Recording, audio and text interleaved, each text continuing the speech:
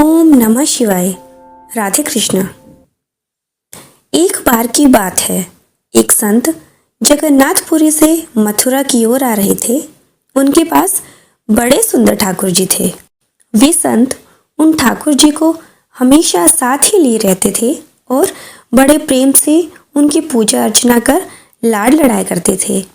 Train से यात्रा करते समय बाबा ने ठाकुर जी को अपने बगल की सीट पर बैठा दिया और अन्य संतों के साथ हरि चर्चा में मग्न हो गए।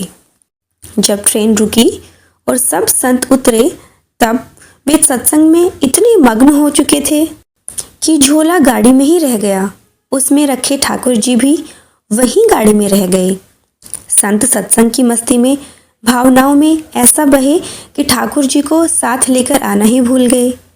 बहुत देर बाद जब उस संत के आश्रम पर सब संत पहुँचे और भोजन प्रसाद पाने का समय आया, तो उन प्रेमी संत ने अपने ठाकुर जी को खोजा और देखा कि हमारे ठाकुर जी तो हैं ही नहीं।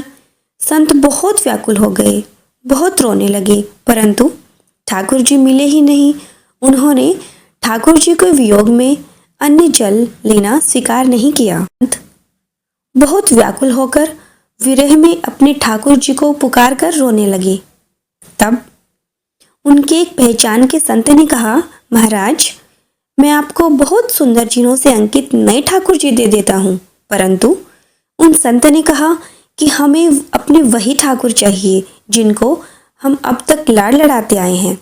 तभी एक दूसरे संत ने पूछा, आपने उन्हें कहाँ बिठाया था? मुझे तो लगता है गाड़ी में ही छूट गए होंगे।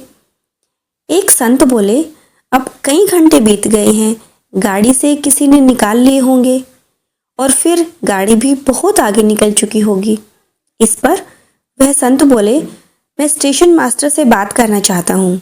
वहां जाकर सब संत उन महात्मा को लेकर स्टेशन पहुंचे।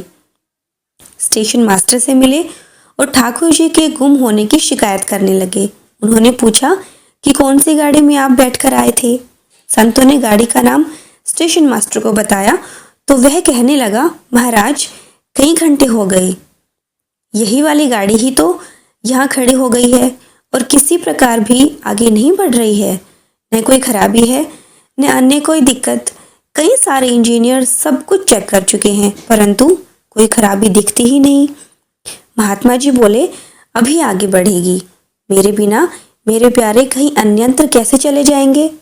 वे महात्मा अंदर ट्रेन के डिब्बे के अंदर गए और ठाकुर जी वहीं बैठे हुए थे जहां महात्मा ने उन्हें बिठाया था। अपने ठाकुर जी को महात्मा ने गले लगाया और जैसे ही महात्मा जी उतरे, गाड़ी आगे बढ़ने लग गई। ट्रेन का चालक, स्टेशन मास्टर तथा सभी इंजीनियर सभी आश्चर्य में पड़ गए और बाद में उन्होंने जब यह पूरी लीला सुनी तो वे गदगद हो गए। उसके बाद वे सभी जो वहां उपस्थित थे, उन सभी ने अपना जीवन संत और भगवंत की सेवा में लगा दिया। भगवान जी खुद भी कहते हैं ना, भक्त जहां मम पग धरे तहां धरो मैं हाथ, सदा संग लाग्यो फिरूं कभू न छोड़ू साथ।